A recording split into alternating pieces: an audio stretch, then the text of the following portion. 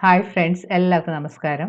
ഇന്ന് ഞാൻ നിങ്ങളുമായിട്ട് ഷെയർ ചെയ്യുന്നത് അരിയൊന്നും അരക്കാതെ വീട്ടിലുള്ള അപ്പപ്പൊടിയൊക്കെ വെച്ചിട്ട് നമുക്ക് വളരെ പെട്ടെന്ന് നേരത്തെ ഒന്നും കലക്കി വെക്കാതെ 10 മിനിറ്റ് കൊണ്ട് ഉണ്ടാക്കിയെടുക്കാൻ പറ്റുന്ന റെസിപ്പിയാണ്. നമുക്കിത് എങ്ങനെയാണ് ഉണ്ടാക്കുന്നതെന്ന് നോക്കാം.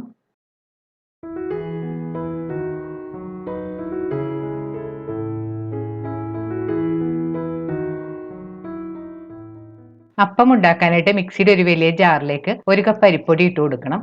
അരിപ്പൊടി നമ്മൾ ഇതിനായിട്ട് ഉപയോഗിക്കുന്നത് ഒട്ടും തരിയില്ലാത്ത ഇടിയപ്പത്തിന്റെ അല്ലെങ്കിൽ അപ്പത്തിനൊക്കെ ഉപയോഗിക്കുന്ന പൊടിയാണ്. ഇനി ഇതിലേക്ക് 1 കപ്പ് ചോറും കൂടി ചേർത്ത് കൊടുക്കാം. ഞാനിവിടെ ഉപയോഗിച്ചിരിക്കുന്ന വെള്ളരിയുടെ ചോറാണ്.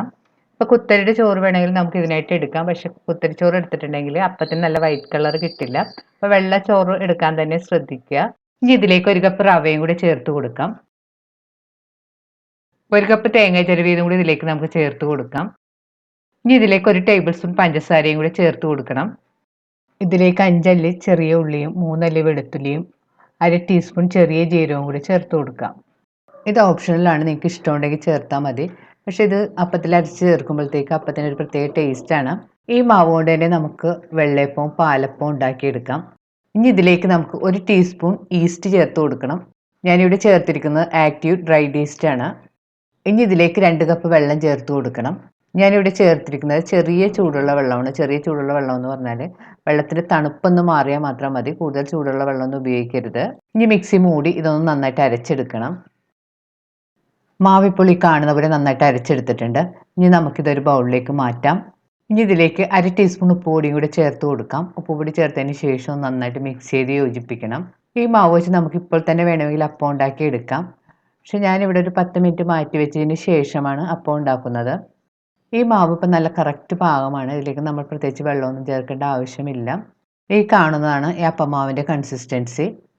ഇനി ബൗളൊന്ന് മൂടി ഒരു 10 മിനിറ്റ് മാറ്റി വെക്കാം.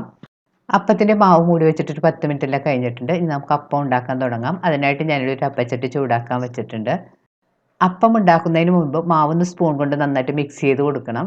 ഇപ്പോൾ അപ്പച്ചട്ടി നന്നായിട്ട് ചൂടായി വന്നിട്ടുണ്ട്. ഇതിലേക്ക് നമുക്ക് 2 തവി മാവ് ഒഴിച്ചു കൊടുക്കാം.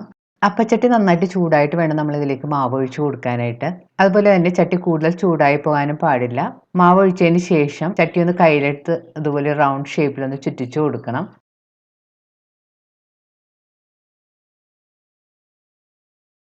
ഇനി സ്റ്റവ് ഒരു മീഡിയം ഫ്ലെയിമിൽ വെച്ചതിന് ശേഷം അപ്പച്ചട്ടി ഒന്ന് മൂടി 2 മിനിറ്റ് കുക്ക് ചെയ്യണം. അപ്പം മൂടി വെച്ച് കുക്ക് ചെയ്യാൻ തുടങ്ങിയിട്ട് 2 മിനിറ്റ് എല്ലാം കഴിഞ്ഞിട്ടുണ്ട്. നമുക്ക് തുറന്ന് നോക്കാം. ഇപ്പോൾ അപ്പത്തിൻ്റെ സൈഡൊക്കെ ചെറുതായിട്ട് ബ്രൗൺ കളറായി തുടങ്ങിയിട്ടുണ്ട്. അപ്പം നല്ല പാകമായി വന്നിട്ടുണ്ട്. നമുക്ക് സൈഡൊക്കെ ഒന്നും കൂടി ബ്രൗൺ കളർ ആക്കണമെങ്കിൽ ആക്കി എടുക്കാം. അതെല്ലാം നിങ്ങൾ താല്പര്യം പോലെ ചെയ്യാം. ഇനി നമുക്ക് റെഡിയായ അപ്പം പുറത്തേക്ക് എടുക്കാം.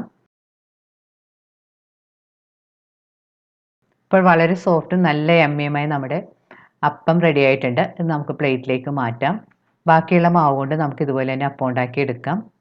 ഇനി നമുക്ക് ഇതുപോലെ ദോശത്തവ ചൂടാക്കിയതിന് ശേഷം അപ്പം ഉണ്ടാക്കിയെടുക്കാം. നമുക്ക് കള്ളപ്പമൊക്കെ ഉണ്ടാക്കുന്നത് പോലെ അപ്പം ഉണ്ടാക്കിയെടുക്കാവുന്നതാണ്. പാൻ ചൂടായി വന്നിട്ടുണ്ട്. ഇതിലേക്ക് 2 തവി മാവ് ഒഴിച്ചു കൊടുക്കാം.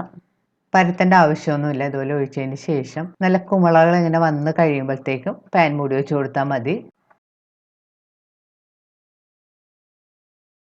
പാൻ മൂടി വെച്ചതിന് ശേഷം 2 മിനിറ്റ് മീഡിയം ഫ്ലെയിമിൽ വെച്ച് കുക്ക് ചെയ്യാം. 2 മിനിറ്റിന് ശേഷം നമുക്ക് തുറന്ന് നോക്കാം. ഇപ്പോൾ നമ്മുടെ അപ്പം പാകമായിട്ടുണ്ട്. ഇത് നമുക്ക് കോരി മാറ്റാം. ഇപ്പോൾ നമുക്ക് 2 ടൈപ്പിൽ അപ്പം ഉണ്ടാക്കിയെടുക്കാം. ഈ മാവ് കൊണ്ട് നല്ല സോഫ്റ്റും നല്ല ടേസ്റ്റിയുമായിട്ടുള്ള അപ്പം റെഡി ആയിട്ടുണ്ട്. ഈ അപ്പം നമുക്ക് മുട്ട roast, vegetable stew, mutton stew, chicken stew, beef stew, egg stew ഇവയുടെ കൂടെ ചേർത്ത് കഴിക്കാവുന്നതാണ്. ഏത് കറിയുടെ കൂടെ വേണമെങ്കിലും നമുക്ക് കഴിക്കാം. സ്റ്റൂവിൻ്റെയൊക്കെ ലിങ്ക് ഞാൻ ഡിസ്ക്രിപ്ഷനിൽ കൊടുക്കുന്നതാണ്. അപ്പോൾ കാണാത്തവരാണെങ്കിലും എല്ലാം കണ്ട് നോക്കുക. വീണ്ടും ഇതുപോലെ നല്ല അടിപൊളി റെസിപ്പി ആയിട്ട് നമുക്ക് കാണാം. താങ്ക്